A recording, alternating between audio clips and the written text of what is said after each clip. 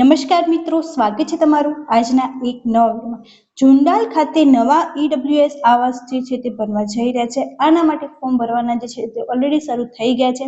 જો તમે માત્ર ને માત્ર ઓછા પૈસાની અંદર અમદાવાદમાં ઘર લેવા ઈચ્છતા હોય તો આ વિડીયો ચોક્કસપણે તમારી માટે છે। અમુકને એ ખબર હશે કે આવાસ છે, પરંતુ આવાસનું ફોર્મ ક્યાંથી ભરવું એની માહિતી હોતી નથી। તો આજના આ વિડીયો અંદર આપણે એની પણ સંપૂર્ણ ચર્ચા કરવાના છીએ કે તમે આ આવાસ માટે ક્યાંથી ફોર્મ ભરી શકો છો અને એ ફોર્મ માત્ર તમે 5 મિનિટની અંદર ભરી શકો છો। કેમ કે આની અંદર તમને માત્ર ને માત્ર અમુક ડિટેલ્સ નાખવાની રહેશે જે તમે માત્ર 5 મિનિટમાં ભરી શકશો। તો આજના આ વિડીયોમાં આપણે એની સંપૂર્ણ ચર્ચા કરવાના છીએ કે એલિજિબિલિટી શું રહેશે, કેવી રીતે ફોર્મ ભરવું અને કયા કયા ડોક્યુમેન્ટની સાથે સાથે શું શું પ્રોસેસ રહેવાની છે અને ફોર્મ ભરવાની છેલ્લી તારીખ પણ ટૂંક જ સમયમાં છે, તો ફટાફટ ફોર્મ ભરી દેજો।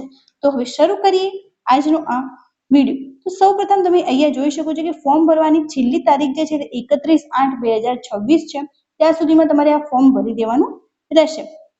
જુંડાલ ખાતે ખાલી પડેલા ઈડબ્લ્યુએસ ના મકાનો માટેના અરજી ફોર્મની મહત્વની સૂચનાઓ આપવામાં આવી છે, જેના માટે ફોર્મ ભરવાનું શરૂ થઈ ગયું છે। ફોર્મની તમામ વિગતો ફરજિયાત જે છે તમારે ભરવાની રહેશે, અહીંયા એમને આપેલી છે। ત્યારબાદ ફોર્મ ફી 200 રૂપિયા અને ડિપોઝિટ પેટે 7,500 રૂપિયા તમારે અંદર ભરવાના રહેશે। તમે વ્યક્તિ દીઠ એક ફોર્મ જે છે તે ભરી શકશો। જો વ્યક્તિ દીઠ એકથી વધારે ફોર્મ ભરેલું માલુમ પડશે તો તમને એમાંથી પૂરેપૂરી રકમ જપ્ત કરી લેવામાં આવશે અને તમને આવાસ પણ આપવામાં આવશે નહીં।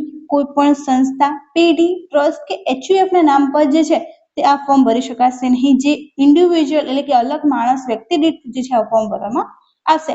ફોર્મમાં ખોટી માહિતી ભરવાથી જે છે રદ થનાર ફોર્મ બાબતે અથવા રિફંડ બાબતે પ્રશ્નો સંપૂર્ણ જવાબદારી અરજદારની રહેશે।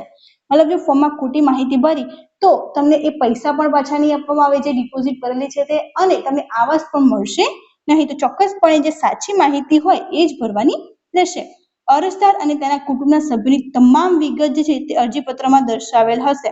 તમારે તમામ ઇન્ફોર્મેશન જે છે તે દર્શાવવાની રહેશે। આ યોજના હેઠળ અરજદાર અને તેના કુટુંબની સભ્યોની કુલ વાર્ષિક આવક 3 લાખ અથવા એથી ઓછી હોવી જોઈએ।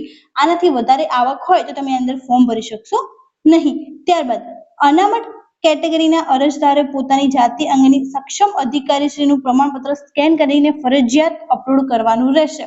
તમારે આ અનામત કેટેગરીનું ફોર્મ જે છે અંદર અપલોડ કરવાનું રહેશે। અરજદાર પતિ અથવા પત્ની અલગ અલગ જાતિના હોય તો તેવા કિસ્સામાં જેના નામે ઓનલાઈન અરજી કરવામાં આવશે તેનું જાતિ અંગેનો પુરાવો માન્ય રાખવામાં આવશે। આરક્ષણ કેટેગરીમાં સમાવિષ્ટ અરજદારે પોતાની જાતિ અંગેની સાચી વિગત કાળજીપૂર્વક ભરી અપલોડ કરેલ જાતિનું પ્રમાણપત્ર મુજબ કેટેગરી માન્ય ગણવામાં આવશે।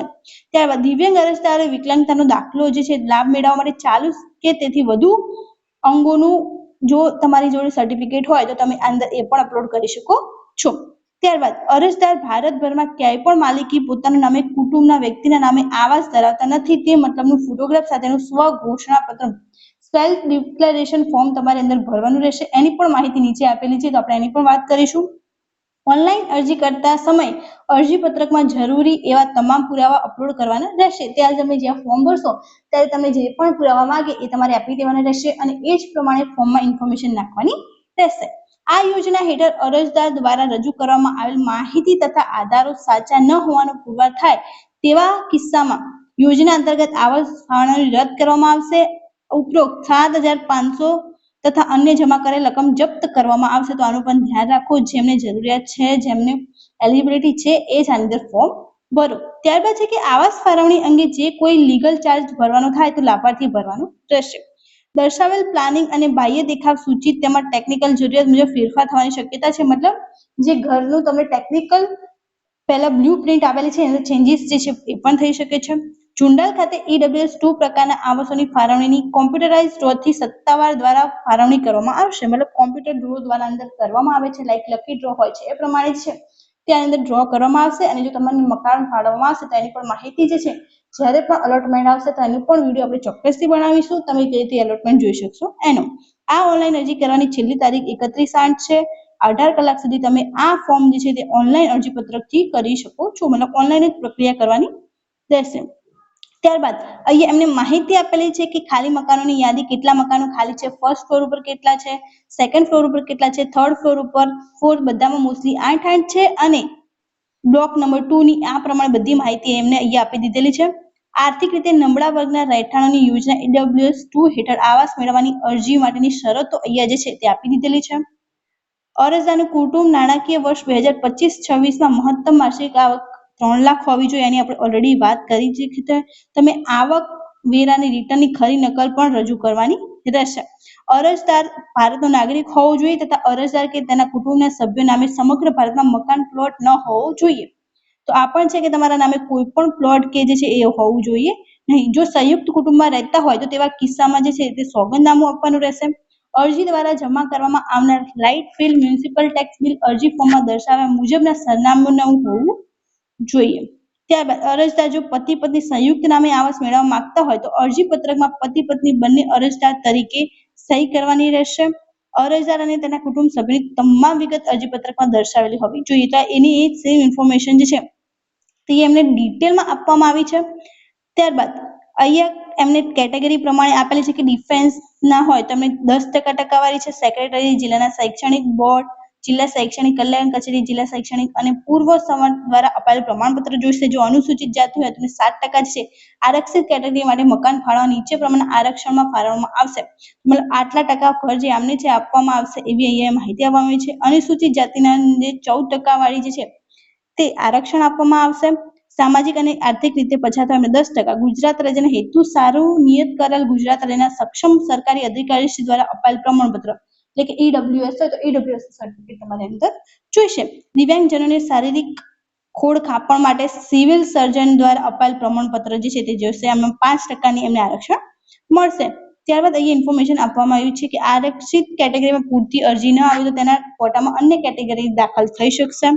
કોમ્પ્યુટરાઇઝ ડ્રોથી આની જે ફાળવણી કરવામાં આવશે. એ ફાળવણી જ્યારે પણ કરવામાં આવશે તેની માહિતી આપી દેવામાં આવશે. આવાસ માટેના લાભાર્થીનો ફાળો કેટલો છે તો આ પ્રમાણે હપ્તા જે તમારે રહેશે ટોટલ 5,50,000 તમને નવું આવાસ જે છે તે મળી જવાનું છે. હવે આપણે જોઈ લઈએ ફટાફટ કે આની અંદર તમે ફોર્મ કઈ રીતે ભરી શકો છો. એ બધી ડિટેલ એમને આપેલી છે. આ PDF તમારે જોઈતી હોય તો કોમેન્ટમાં જરૂરથી જણાવજો. આપણે એને ટેલિગ્રામ ચેનલમાં મૂકી દઈશું જેથી તમે આની એક્ઝેક્ટ ઇન્ફોર્મેશન લઈ શકો. હવે ફોર્મ કઈ રીતે ભરવું એ પણ હું તમને બતાવી દઉં છું. આ પ્રકારનું ઇન્ટરફેસ જે છે તમારી સામે ઓપન થઈ જશે. ત્યારબાદ તમારે અહીંયા મોબાઈલ નંબર તમને જોવા મળી રહ્યો હશે તો તમારે અહીંયા મોબાઈલ નંબર નાખવાનો છે. ત્યારબાદ અહીંયા આધાર નંબર નાખવાનો છે અને સેન્ડ OTP કરવાનો છે.